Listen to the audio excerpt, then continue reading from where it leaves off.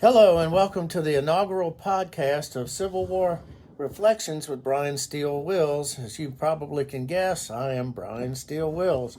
Today is February 22nd, 2026, and we decided to begin this operation on that date because it has a special meaning that we may talk about as we get forward. But I wanted to begin today by welcoming our guest. His name is Reid E. Mullins, and Reid is a 10-year-old grandson of the historian and speaker here. And we've just asked him to join because people always ask me about young folks and whether they're interested in history of the Civil War. And I thought they might enjoy hearing some reflections and ideas and thoughts from someone who fits that category. So first of all, let me thank you, Reid, for being on the first podcast. Yeah, of course. What I thought we'd start with is a basic question. What made you interested in reading about history and particularly about the Civil War? Well, it probably was because of all the stuff that I have heard from you about the Civil War, and all of your books have somewhat inspired me on reading about the Civil War. Well, you've read about a lot of history. You love the Constitution, and you love Revolutionary War history, so it's not just Civil War history. But if you had to say, what is your favorite person from the Civil War period? It's going to be Stonewall Jackson. Stonewall Jackson. That's actually surprising to me because I haven't really heard you talk about that. What about Jackson is interesting for you? Of most of the books that I have read about the Civil War, and about him being a stone wall in the first Battle of Bull Run seems as a very cool thing. Yeah, he got that name. Some people have questioned whether they were saying that he was a Stonewall because he stood firm against the Union assaults or whether it was a Stonewall because he wouldn't move up to support them. We won't debate that today between you and me, but maybe that can be one of our future podcasts. Do you have another person, or is really Stonewall Jackson your favorite? Yeah, it's probably just him. Okay, so this might be something that you've probably already answered since you like Stonewall Jackson, but if you could meet one person, and only one person, so because I guess we could say we'd love to meet a lot of different people, what would that person be that you wanted to meet? It's not going to be Stonewall Jackson. It would be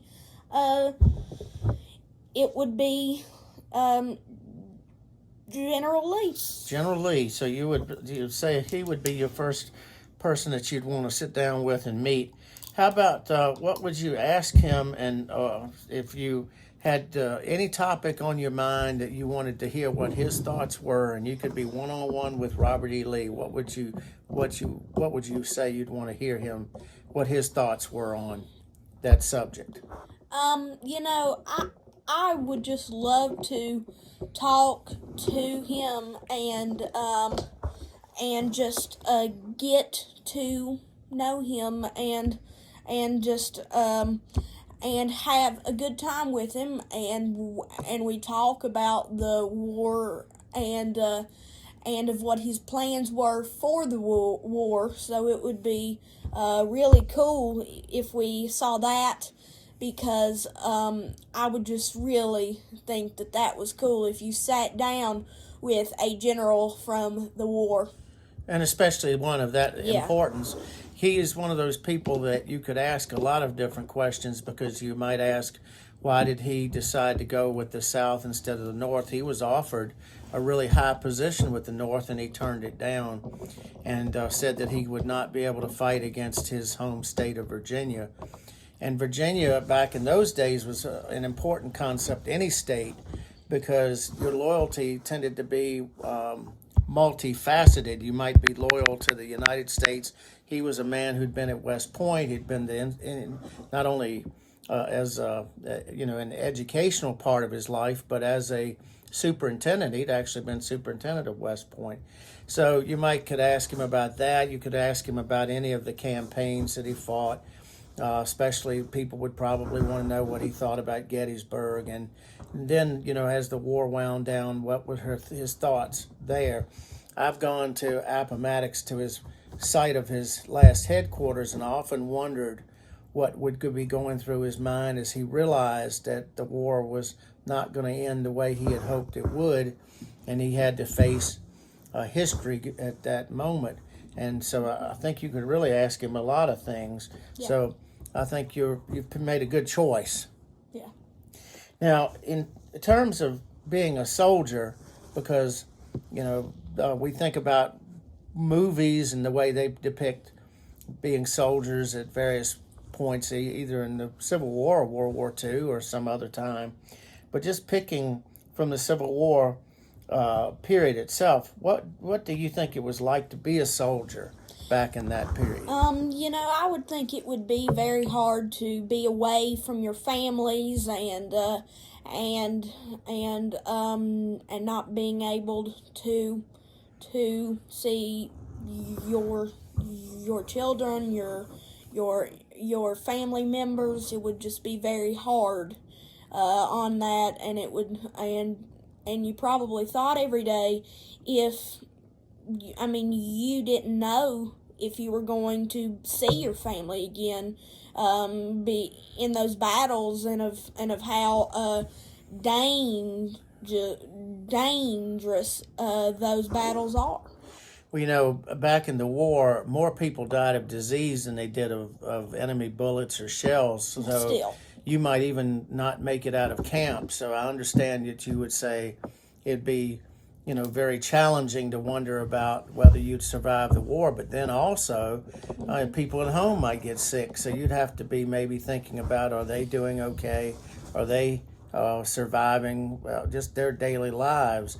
And you're in combat sometimes, but whether you're fighting or not, you, I'm sure, have that in the back of your mind. How do you think it would be to leave your family to go off to fight, and what would you do to try to keep in touch with them if you were a Civil War soldier? They had, from all the books that I've read about the Civil War, they had a mail for the war, and at some camps, there were certain people there to do that exact job. So probably by letter, I would say. Letters were very important to soldiers. Soldiers were always complaining that they didn't hear enough from home, and please write me again and write more letters, or how much they enjoyed getting the letters and read them over and over. Sometimes the reason we don't have letters from family members to soldiers is because the use of those letters and the exposure of those letters to the elements would break them down. So you'd lose the letters that you had where you read them over and over, or you put them away in camp and so forth.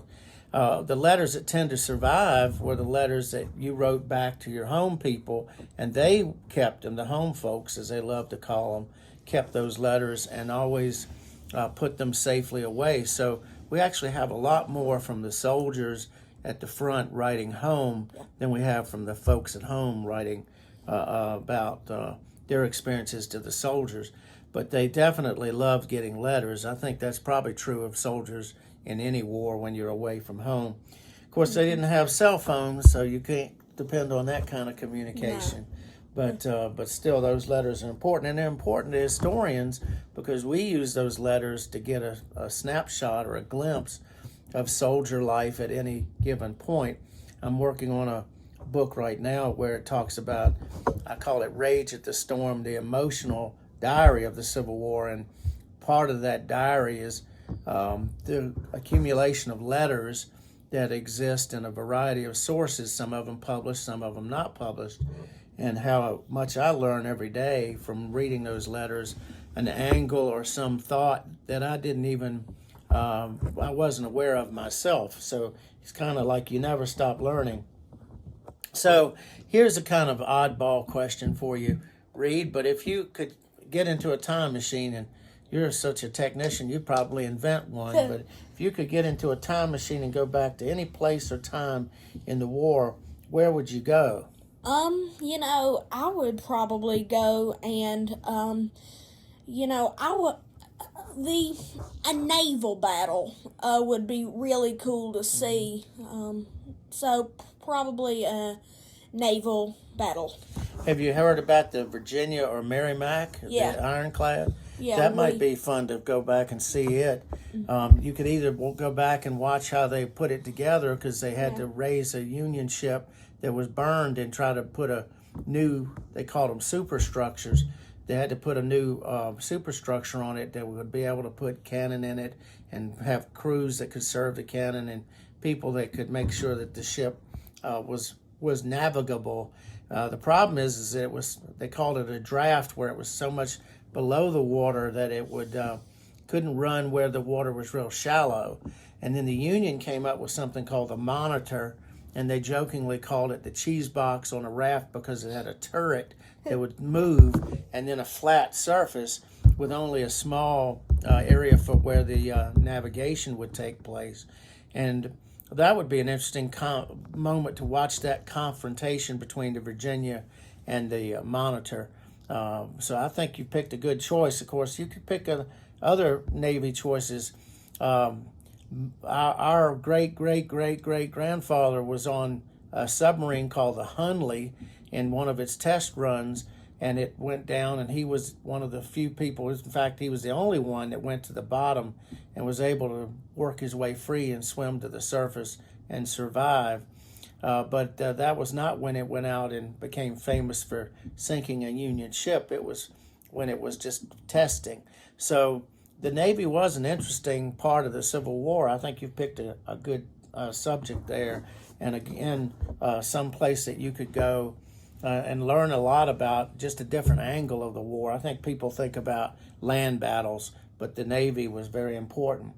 I know you like to read about Appomattox, because one of the first books you borrowed from me was Lee and Grant at Appomattox, and you've sort of done a lot of things on your own. And for Christmas, you got a National Park Service book on Appomattox. Have you finished reading it? I did. It's a very good book. So what would you say you learned about Appomattox that you didn't already know, or what do you think about Appomattox? What I learned is that they named the town Appomattox Courthouse, Virginia.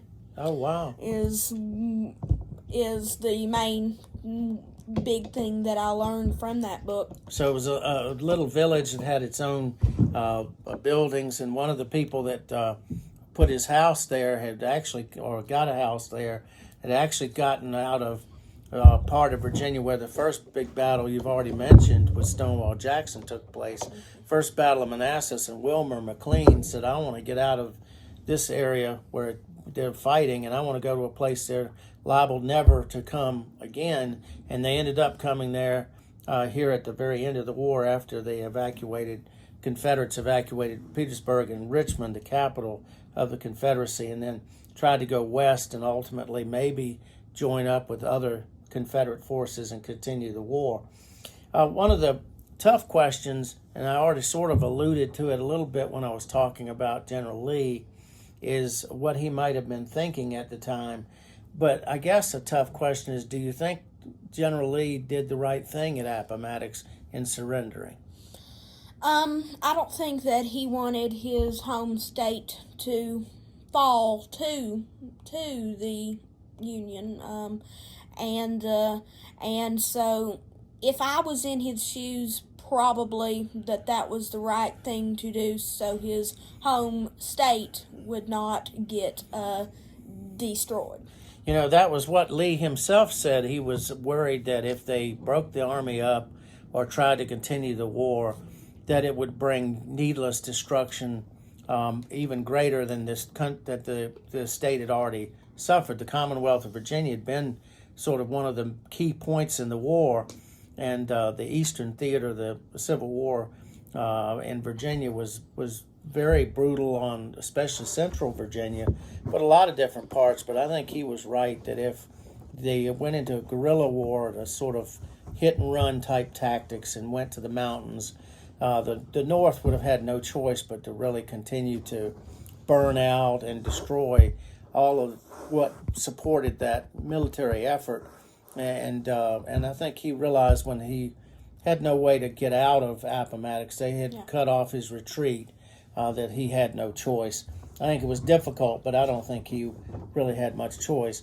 And I think you've more or less answered my next question, which was something about what you do in his place, but you've pretty much already hit on that you thought you would do about the same thing.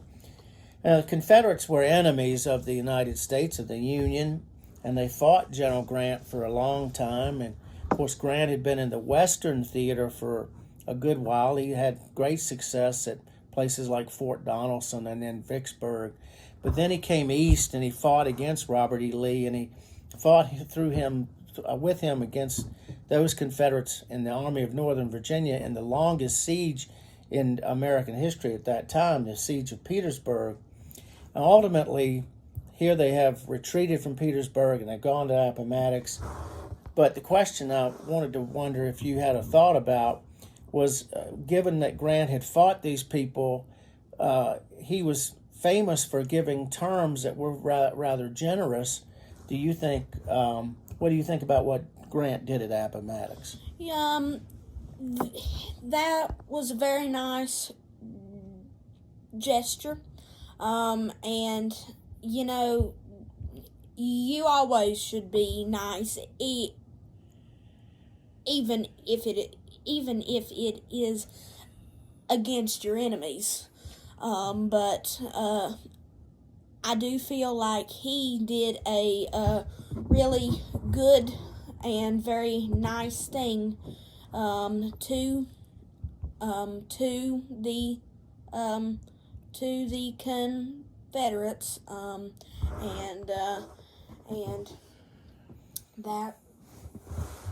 it was just very nice and very good.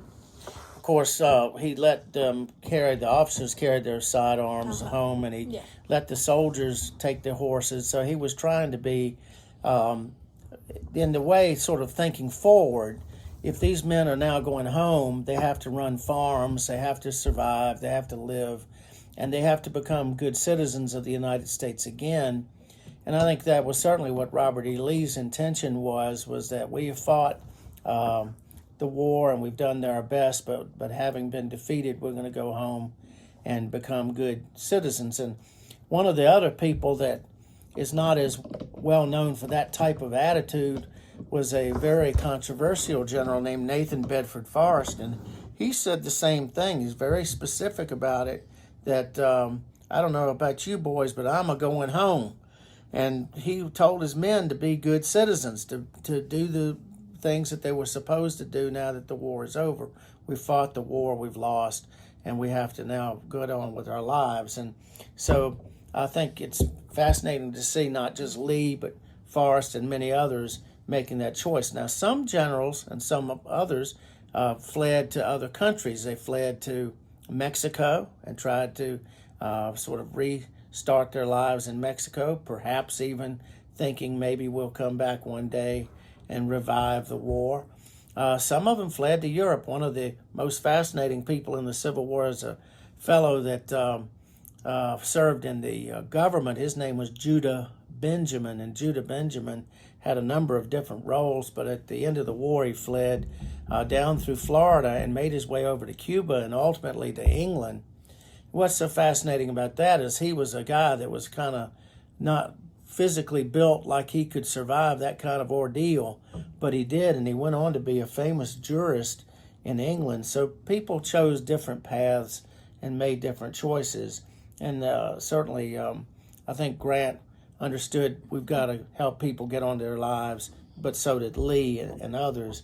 And I think when I'm looking at the American Civil War and trying to decide how you could learn from it today, what would you say was the most important thing we should know today about the war? The most important thing I think that we should know about the war is probably about the battles and what actually happened in the battles, because there are some stories that they have that aren't really true about of what happened in the battles, and of course we don't know word for word exactly what happened in the battles, but it's good. But we need to only share true information about the battles, and make sure that the things that they are saying in books and other types of words are correct, and they are true and factual. I think you brought up a very fascinating point because, of course, as a historian myself who's written a lot, one of the ways that I try to verify information I get is by looking at primary sources. And primary sources are the sources that people generated themselves, like letters and diaries and sometimes even newspaper accounts, but they have to be fairly close to the situation, because newspapers back then were very political, Yeah. and they were also they tended to exaggerate a lot. So you get a lot of stories from newspapers of the Civil War era that you got to take with a grain of salt. And the other thing is memoirs. Memoirs are awful for history because the generals that are writing those, and they usually are generals, but sometimes they were soldiers that generated those things. They're trying to sort of rewrite history. So basically what they're trying to do is put their skew on it or their vision on it, that this is what happened because they feel like that whatever has been said before was put them in the wrong light, made them look bad, or made them look like they made mistakes or whatever. So memoirs you got to be very careful about those, because sometimes you read what Grant will say. Of course, Mark Twain was the one who helped Grant, but others who were more self-serving. So the closer you get to the period, the better. So sometimes, again, a letter, but even a letter is going to have a viewpoint you got to be careful about, because a soldier fighting is only in one spot, and the battle is over an extended area, and he may only know what he sees or what he experiences, and then he's writing it to his family or friends a day, 2 days, or 2 weeks, or a month later. And again, even that is going to have a filter to it because he's had time to process it. And sometimes the processing is what skews things. Did you have one story in mind that you've read that you found out wasn't true that bothered you? No, it's just I do know that there are some stories and some documents that aren't as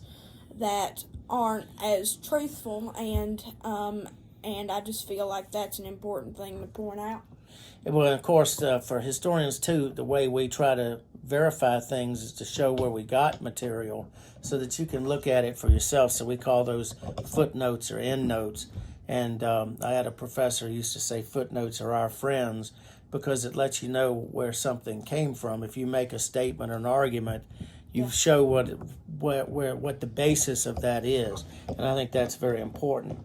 Let's change to a little different type of question, and then I'm going to throw it open to you, to anything you feel like you want to say before we wrap up our first podcast. Isn't this exciting that we're doing a podcast? Yeah, that you've really helped make that possible. But if you were to start your own Civil War museum, let's say that you had won the lottery, or you always are good with your investments, your personal investments. Maybe you make so much money that you can build your own museum one day. What would you put in your Civil War museum? I would say what I would put in my own Civil War museum would be probably just some copies of documents documents because I don't really know of what else to put in a Civil War museum. Well, how many museums have you been to? What do they typically have in museums? Guns. Guns and swords and uniforms. Would you put those kinds of things? Yeah. So then you'd show what people were wearing. We talked about soldier life. Have you ever tried on a Civil War jacket or uniform? No. We'll have to get you to do that sometime. They're made of wool, 100% raw wool, and it's good for keeping you sort of, especially in the hot weather, your temperature regulated so that even if everybody else is passing out, maybe you're used to that. That wool contains your body heat and sort of lets you sweat and all of that and protects you. In the wintertime, of course, it's going to be maybe something to help ward off the cold.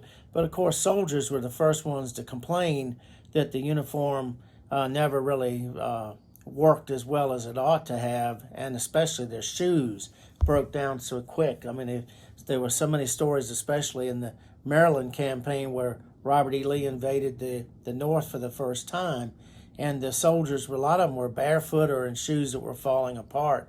And that really created something called straggling, where the soldiers sort of dropped out of the march because they couldn't go forward anymore until they recovered a little bit. So soldier life, and you sort of said this yourself, it's kind of tough, kind of a rough kind of situation to be in, and clothing was probably part of that. Food was part of it.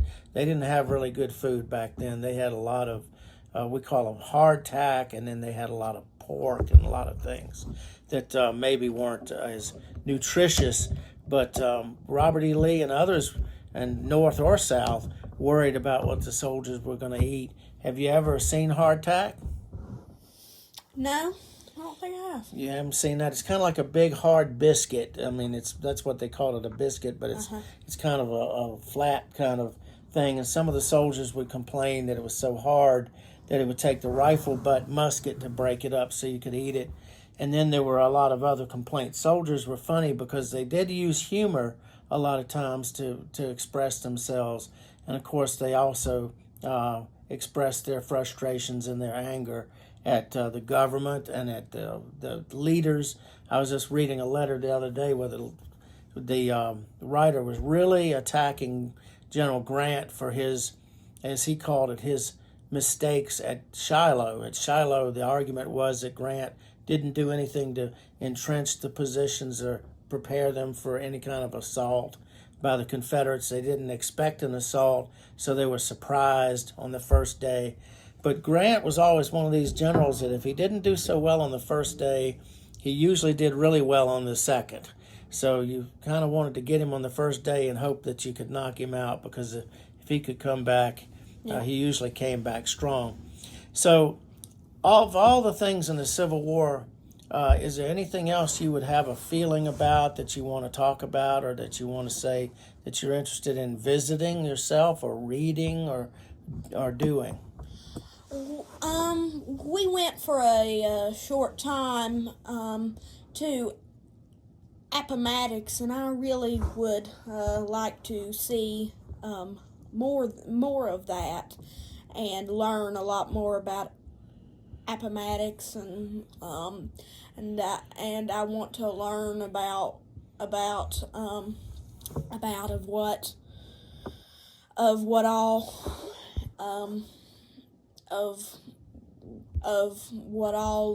happened in those battles and more about the battles. And you've mentioned battles. Is there a battlefield or a battle you'd like to go see where that was fought, that you want to learn more about that specific battle? And it can be more than one. Do you have a battle or two or three battles specifically you'd like to go on those fields and see what happened? I don't have any certain battlefields in mind at the moment. Okay, so you and I are going to probably, and other family members are going to probably take a little trip and go around, and we'll go to some of the battlefields that you are probably thinking about, but you can't necessarily name. And maybe when we're finished, we'll have a podcast on those battles too. But Virginia, of course, had a lot of fighting. So did Tennessee. And then you have different scattered fights and battles all across the Deep South. Did you know that there was one small engagement, one battle that was all the way up in Vermont? No, I really didn't know that. Yeah, it's pretty crazy. It was called the St. Albans, Albans raid, and the Yankees were chasing Confederates that ended up retreating into Canada.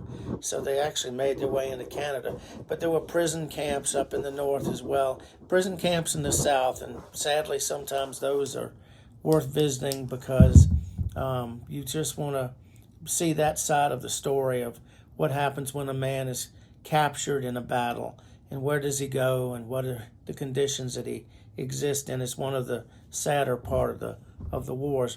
One of the battlefields that I enjoyed to visit is actually in Tennessee. It's a battlefield I mentioned a few minutes ago called Shiloh or Pittsburgh Landing. It's got a lot of interesting pieces to it because it was one of the first big battles in the Western theater, and I just think it's a very powerful battle. It's a battle where you see a lot of the worst of the war and the best of the war, and that was so typical of all of these engagements. You know, I worked in Georgia when I was head of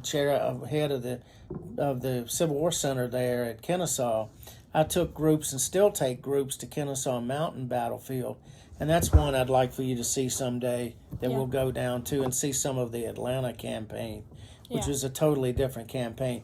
But we'll have a lot to see and do in Virginia, a lot around Richmond.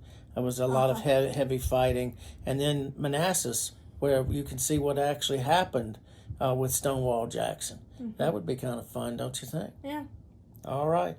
Well, thank you so much, Reid, for being our first inaugural podcast person. You've done a good job answering questions, and I think showing that young folk are interested in reading and learning about the Civil War and about history. If you had any parting words to say to people your age, what would you say to them? Make sure